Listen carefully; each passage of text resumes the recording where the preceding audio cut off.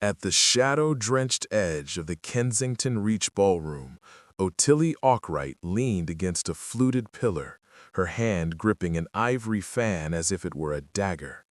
At 24, Ottilie was a masterpiece of deception. Her golden curls and delicate lace were merely the glass mask that hid her reputation as the city's most dangerous informant. Your father, the disgraced Earl of Arkwright, had taught her that in the Victorian court, information was more lethal than lead. "You're doing it again," whispered her sister Beatrice, sliding a glass of untouched sherry into Ottilie's hand. "You look like you're counting the exits instead of the bachelors." Ottilie didn't smile. "Because 3 of the bachelors are carrying pistols under their waistcoats, Beatrice. Look there. Baron Malvain isn't drinking, he's watching the guards. And the guards aren't watching the doors, they're watching the Marquess." She followed the room's fearful gaze to the head of the hall. The Marquess of Haverford stood like a panther among peacocks, his eyes the color of winter ice. He was a man of iron and shadows, rumored to have built his shipping empire on the bones of his enemies. "He'll have to crush a heart with one hand," Beatrice murmured. "He'll have to," Ottilie replied, feeling the damp, metallic-smelling note hidden in her sleeve, "because his own is about to stop beating." As the major domo announced dinner, the tension snapped. Seated midway down the mahogany table, Ottilie watched the precision of the trap. As Baron Malvain distracted the table with a boisterous toast to the Haverford lineage, a hand emerged from the shadows behind the Marquess. It wasn't a vial of poison, it was a signature. A drop of fresh, crimson blood hit the Marquess's crystal glass. Ottilie lunged. "If you're listening right now, help me prove something wrong. My mom said I wouldn't even reach 1,000 subscribers, but I believe stories like this deserve to be heard. Help me show her that these tales matter." The evening had begun 3 hours earlier, when Ottilie discovered the note in the frost-covered gardens of Kensington Reach. She'd been searching for air, escaping the suffocating perfume and political maneuvering inside, when she'd nearly stumbled over the body. Captain Rothwell, the Marquess's head of security, lay crumpled between 2 marble statues, his throat opened like a second mouth. His hand clutched a piece of vellum, the message written in his own blood: "Malvain, midnight, the toast." Ottilie had seen death before.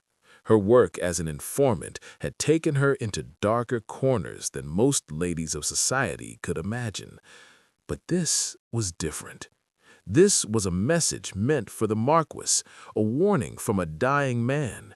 She'd taken the note, hidden it in her bodice, and returned to the ballroom with steady hands and a racing mind. Now, as she prepared for the dinner procession, she understood the terrible mathematics of the situation. Baron Malvain was the Marquess's half-brother, born on the wrong side of legitimacy, but burning with the conviction that the Haverford fortune should be his. The Vowed, his circle of corrupt guards and desperate second sons, had been planning this coup for months. Ottilie had heard whispers of it in her network, fragments of conversation in gambling halls and servants' quarters, but she'd never imagined they would strike so boldly, so publicly. The ballroom of Kensington Reach was a cathedral of wealth and power, its ceiling painted with angels and demons locked in eternal struggle. Crystal chandeliers threw dancing shadows across the marble floors, and the air smelled of lilies, champagne, and the cold sweat of men planning murder. Ottilie moved through the crowd like a ghost, her glass mask firmly in place. To the courtiers around her, she was simply another pretty face, perhaps a bit too clever for comfort, but ultimately harmless. They had no idea that Ottilie Arkwright had toppled ministers, exposed affairs that ended dynasties, and collected secrets that other women collected jewelry. Her father's disgrace had taught her a brutal lesson. In a world where women had no official power, information was the only currency that mattered. She'd built an empire in the shadows, selling truths to the highest bidder, always careful to never reveal her own identity. But tonight, anonymity was a luxury she could no longer afford. Beatrice touched her arm, her fingers cold even through the silk of Ottilie's glove. "You're frightening me," she whispered. "What's wrong? You've been strange ever since you came back from the gardens." Ottilie looked at her sister, at the innocence still clinging to her features despite their father's fall from grace. Beatrice was everything Ottilie had protected her from becoming: soft, trusting, untouched by the darkness that had consumed their family. She couldn't tell her, couldn't drag her into this web of blood and betrayal. "It's nothing," Ottilie lied, the words tasting like ash. "Just a headache. The music is rather loud, don't you think?" Beatrice's eyes narrowed. She might be innocent, but she wasn't stupid. "You're lying to me. You always tap your fan against your wrist when you lie. What did you see in the gardens?" The procession to dinner began before Ottilie could answer. The major domo's voice rang out, announcing each guest in order of precedence. Ottilie watched as Baron Malvain offered his arm to Lady Pemberton, his smile wide and predatory. He was handsome in the way of poisonous flowers, all bright colors and hidden thorns. As he passed, his eyes found Ottilie's, and for a moment she saw recognition flicker across his face. Her blood ran cold. Did he know? Had someone seen her in the gardens, seen her take the note from Rothwell's dying fingers? She forced herself to smile, to nod politely, even as her mind calculated escape routes and allies. But there were no allies here, not really.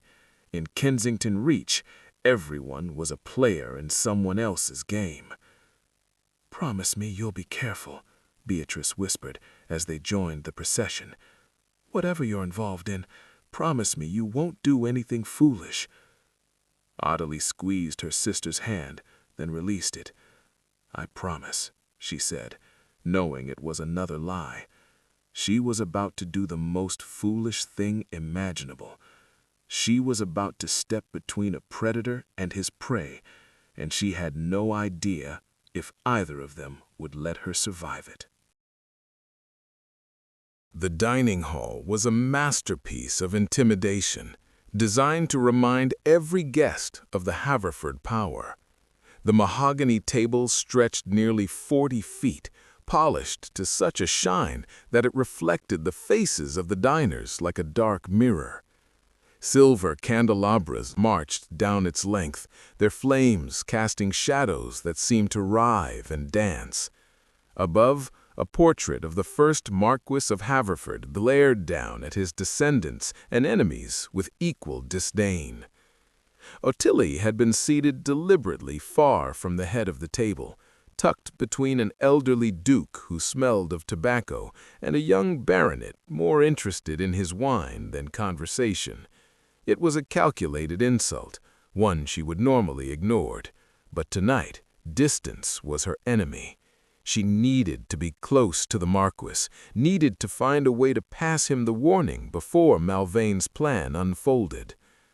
The first course arrived, oysters on beds of ice, garnished with lemon and pepper. Ottilie didn't touch hers. She watched as Malvain rose from his seat near the Marquis, lifting his crystal glass high. The room fell silent, all eyes turning to him. "My lords and ladies," Malvain began, his voice smooth as poisoned honey, "I propose a toast to the Haverford lineage, to blood and legacy, to the bonds that tie us to our ancestors and to each other.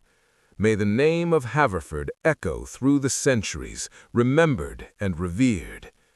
It was a beautiful speech, perfectly calibrated to sound respectful while dripping with mockery. Blood and legacy, the bonds that tie us. Ottilie saw the Marquess's jaw tighten, saw the way his hand clenched around his own glass. He knew, somehow he already knew that Malvain was coming for him. But did he know how? Did he know about the armed men positioned throughout the room, about the guards who had been bought or threatened to loyalty to the Baron? Did he know that the toast itself was the signal, that the moment the glasses touched lips, the trap would spring? As the room echoed with the clink of crystal, Ottilie made her decision. She rose from her seat, deliberately knocking her wineglass over. The crimson liquid spread across the white tablecloth like blood, and in the moment of distraction, she moved. Ottilie's years as an informant taught her how to move through crowds like water, how to slip between bodies without drawing attention.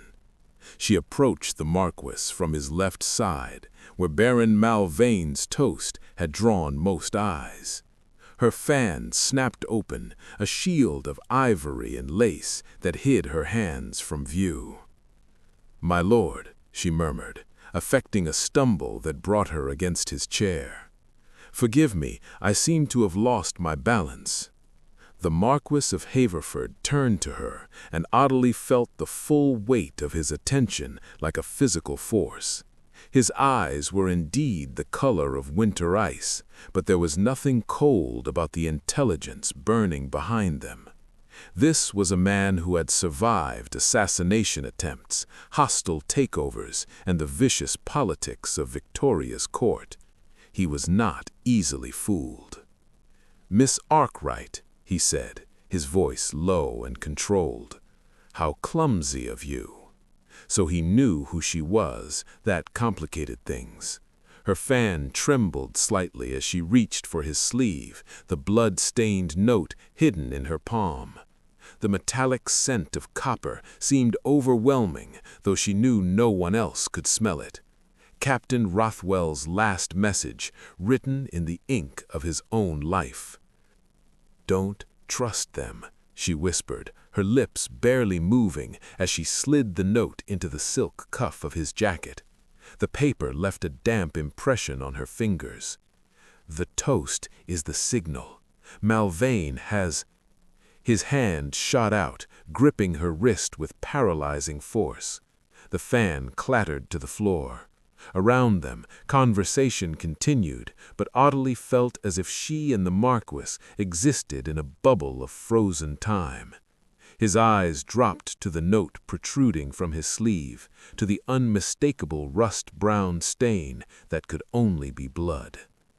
"Where did you get this?" His voice was barely audible, but it carried the weight of a death sentence. "The gardens," Ottilie gasped, trying to pull free. His grip was iron, unyielding. "Captain Rothwell, he's dead. He left you a warning." The Marquess's face didn't change, but something flickered behind his eyes. Rage, grief, calculation, she couldn't tell. He pulled the note free, unfolding it with his free hand while keeping Ottilie pinned in place. She watched his eyes scan the bloody words, saw his jaw clench. "Rothwell's handwriting," he confirmed, his voice flat. Then his gaze returned to her, and there was something new in it now, something that made her stomach drop. "And you brought this to me. Why?" "Because he's going to kill you," Ottilie hissed, aware that they were drawing attention now. Beatrice was half rising from her seat, concern written across her face. Malvain's eyes had found them, and his smile had frozen into something sharp and dangerous.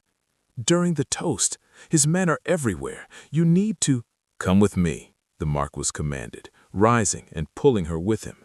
"Now."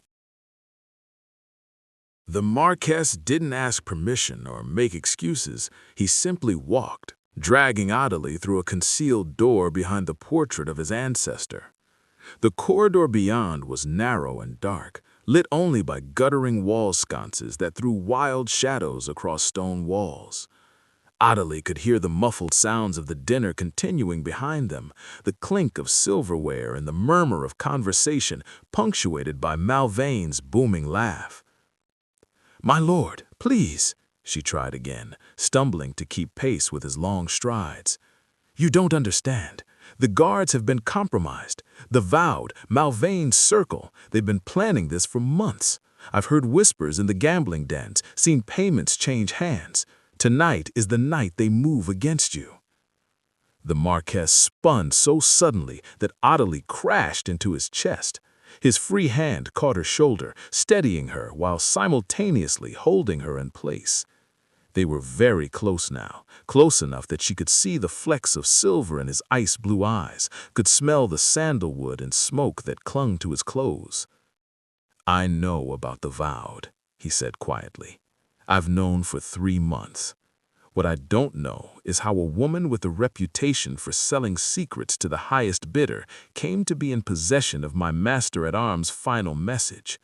Rothwell was trained by the best spies in Her Majesty's service. He wouldn't let anyone take that note unless he was already dead." Ottilie's mind raced. He knew about her work, knew what she was. That meant her glass mask had failed, or perhaps had never worked on him at all. "I found him in the gardens," she said, choosing truth over deception. "He was already dying. I took the note because I knew it was meant for you." "And brought it directly to me at great personal risk, out of the goodness of your heart?" The Marquess's tone was skeptical. "Forgive me, Miss Arkwright, but I know your reputation. You don't do anything without calculating the profit first. What are you really after?" The question hung in the air between them, sharp as a blade. What was she after? Ottilie had asked herself the same thing as she'd hidden Rothwell's note and returned to the ballroom. She could have walked away, could have let the Haverford dynasty fall and collected payment from whichever side emerged victorious. That was what a smart informant would do. But she'd looked at the Marquess across that ballroom, had seen the way the vultures circled him, and something in her had rebelled. Perhaps it was her father's blood, the memory of what it felt like to be betrayed by those who should have stood beside him. Perhaps it was simply exhaustion with a world where loyalty was a commodity and trust was a weakness. "I'm after nothing," she said finally, "except perhaps the satisfaction of knowing that for once I chose a side for reasons other than gold. If you believe that loyalty should matter more than profit, hit that subscribe button. People like Malvain won't, and you need to hear what she discovered about the Marquess next."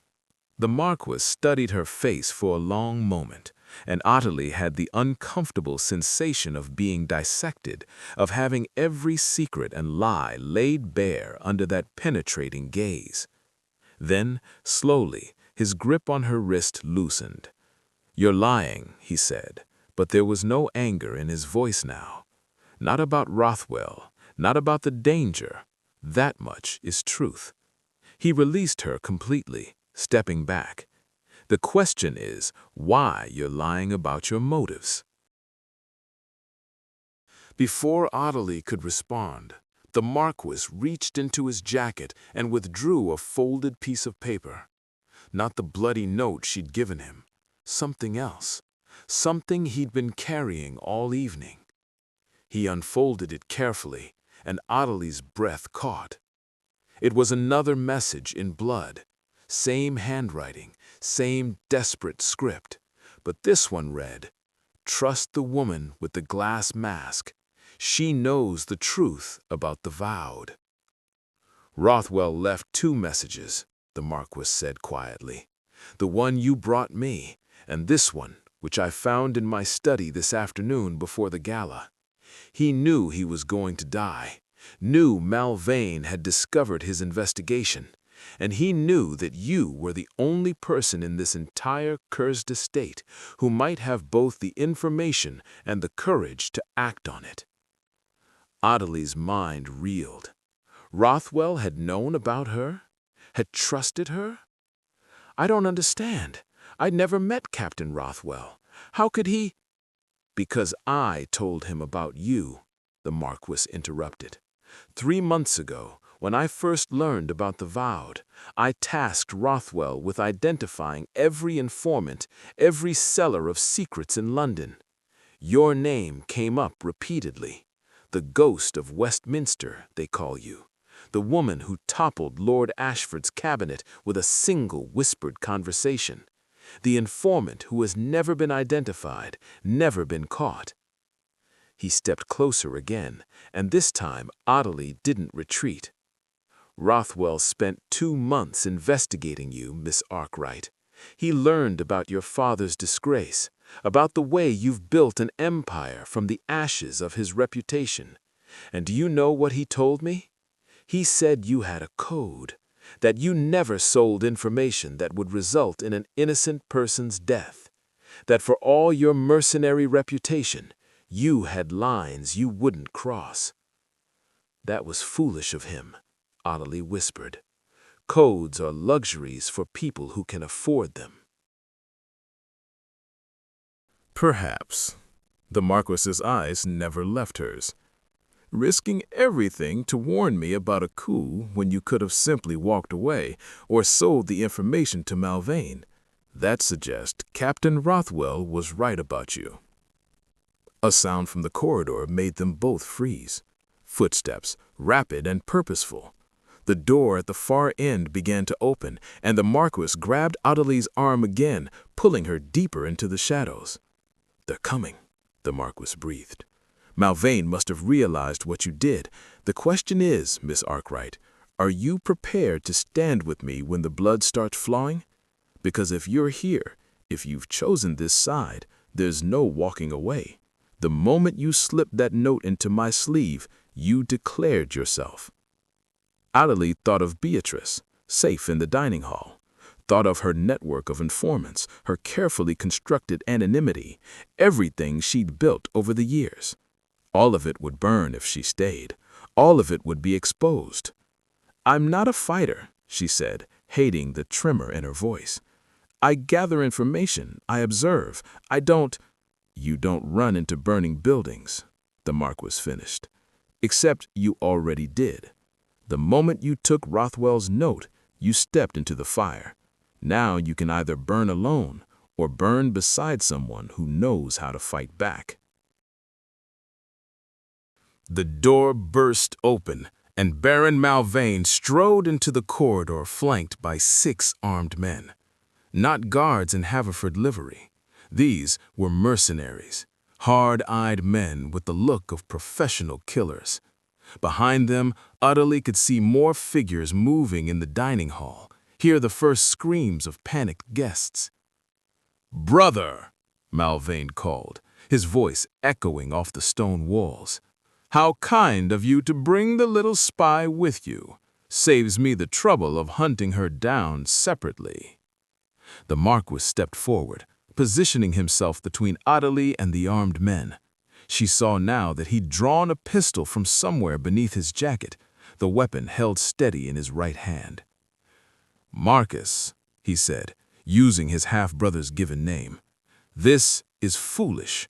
You can't possibly believe you'll walk out of here alive." Malvain laughed, the sound harsh and bitter. "Can't I? Your guards are dead or bought, brother. Your allies are currently being rounded up in the ballroom. The Vowed control every entrance and exit. You're alone, with nothing but a pretty spy who probably planned to sell you to the highest bidder anyway." "The poison in the wine," Ottilie said suddenly, the pieces falling into place. "That was your distraction. While everyone was watching for assassination by Coup, you were positioning your men for a direct assault." "Clever girl, though not clever enough, it seems. You should have stayed in the shadows where you belong, playing your little games with secrets and whispers. This is a matter of blood and steel, and you're nothing but a fragile flower in silk and lace." The Marquis's gun never wavered. "She's more than that, and you've made a critical error, Marquess. You assumed I was alone. You assumed I was unprepared." His voice rang out, clear and commanding. "Now, Captain Rivers." The wall behind Malvain exploded inward, not literally, though the effect was nearly as dramatic. A concealed panel burst open, and a flood of men in dark clothing poured through, weapons drawn. These weren't the ceremonial guards of the Haverford estate. These were soldiers, hard and efficient, moving with the coordination of a trained military unit. "Meet the real Haverford Guard," the Marquess said softly. "The ones who Rothwell helped me recruit from Her Majesty's Special Forces. The ones who have been watching the Vowed for months, documenting every meeting, every payment, every treasonous word. Did you really think I didn't know about your little coup, Marcus? I let it happen. I let you recruit, let you plan, let you think you were so clever, because I needed you to commit. I needed you to expose every last one of your co-conspirators." Malvain's face had gone white. Around him, his mercenaries were being efficiently disarmed and subdued. The sounds from the ballroom had changed, no longer screams of panic, but shouts of surrender as the Vowed found themselves surrounded by superior numbers. "You used Rothwell as bait," Ottilie breathed, understanding flooding through her. "You let Malvain discover his investigation, let him kill your master-at-arms, all to ensure that the conspiracy moved forward tonight?" The Marquess's expression was carved from stone. "Rothwell volunteered. He knew the risk, and he knew that we needed absolute proof of Marcus's treachery, proof that would stand up in court and justify what I'm about to do." "What you're about to do?" Malvain's voice cracked. "You can't kill me. I'm your brother. I'm blood." "You stopped being my brother when you murdered Rothwell, when you plotted to overthrow the Haverford name for your own ambition, when you betrayed every oath of loyalty our father extracted from you on his deathbed." He raised his pistol, the barrel now pointed directly at Malvain's heart. "You wanted blood and legacy, Marcus? You're about to get both." "Wait!" Ottilie stepped forward, surprising herself as much as the two men. The Marquess's eyes cut to her, a warning in their depths, but she pressed on. "If you kill him here, you become what he is, a man who solves problems with murder. Let him stand trial. Let the world see what he tried to do. That's real justice, not just revenge." For a long moment, the corridor was silent except for the distant sounds of the last of the Vowed being subdued. The Marquess's finger rested on the trigger, and Ottilie could see the war playing out behind his eyes. Grief for Rothwell, rage at the betrayal, the cold calculation of a man who had built an empire on ruthless decisions. Then slowly he lowered the gun. "You're right," he said, his voice rough. "Rothwell wouldn't have wanted this. He believed in the law, even when the law failed him." He gestured to Captain Rivers. "Take Baron Malvain into custody. Charges of treason, conspiracy to commit murder, and the assassination of Captain Rothwell. Make sure the magistrate understands that we have documentation of everything." As Malvain was dragged away, still protesting his innocence, the Marquess turned to Ottilie. "You stayed," he said simply. "When you could have run, when every instinct probably screamed at you to disappear into the shadows, you stayed, and you stopped me from making a mistake I couldn't take back." The ballroom of Kensington Reach was in chaos, though a controlled one. The Vowed were being marched out in chains, while the legitimate guards restored order. Guests who had been caught in the middle of the attempted coup were being calmed, given brandy, assured that the danger had passed. Ottilie found Beatrice in the corner, pale but unharmed, and pulled her into a fierce embrace. "I thought you were dead," Beatrice sobbed. "When the fight started, when I couldn't find you." "I'm sorry," Ottilie whispered. "I'm so sorry I frightened you." The Marquess approached them, his formal court manner restored, though his eyes remained troubled. Miss Arkwright, Miss Beatrice, I owe you both an apology for the terror of this evening. This was meant to be a celebration, not a battlefield. You owe us nothing, my lord, Beatrice said quickly, dropping into a curtsy. We're just grateful to be safe. But the Marquess's attention was on Ottilie. Actually, I owe your sister quite a bit. She saved my life tonight, in more ways than one. He extended his hand, and in his palm lay the blood-stained note she'd given him. I'm burning this. Rothwell's last message will remain between us, but I need you to understand what that means. Ottilie took the note, felt the weight of it. I know too much. You know exactly how I bleed. You know about the Vowed, about Rothwell, about the vulnerabilities in the Haverford defenses. That information makes you either my greatest asset or my most dangerous enemy. And which do you think I am? A slight smile crossed his face, the first genuine expression she'd seen from him all evening. I think you're the woman who chose justice over profit, who risked everything to do what was right even when it served no personal gain. I think you're someone I can trust, Miss Arkwright, and trust is more valuable than gold in this world. He produced a small card from his pocket, pressing it into her hand alongside the note. I have need of an informant I can rely on, someone who knows the shadows but doesn't live in them entirely, someone with a code. The pay is generous, the work dangerous, and the loyalty absolute. What do you say? Ottilie looked down at the card. It bore the Haverford seal and a single line, the Marquess's shadow. She thought about her network, her carefully maintained anonymity, her glass mask, all the things she'd built to protect herself from a world that had destroyed her father. And then she thought about Rothwell, dying in the gardens with a message written in his own blood, about choosing a side for reasons other than gold, about the look in the Marquess's eyes when she'd stopped him from becoming a murderer. I say you're going to regret this offer, she replied, but she was smiling. I'm expensive, demanding, and I have a habit of telling uncomfortable truths. Perfect, the Marquess said. That's exactly what I need. He took the bloody note from her hand and walked to the nearest candle sconce. The paper caught quickly, the flames consuming Rothwell's final words until there was nothing left but ash. But the message remained, written in smoke and memory. Trust, loyalty, the bonds that tied people together for reasons beyond blood and legacy. If you watched or listened up to this point, comment the country you are watching this from. Represent your country.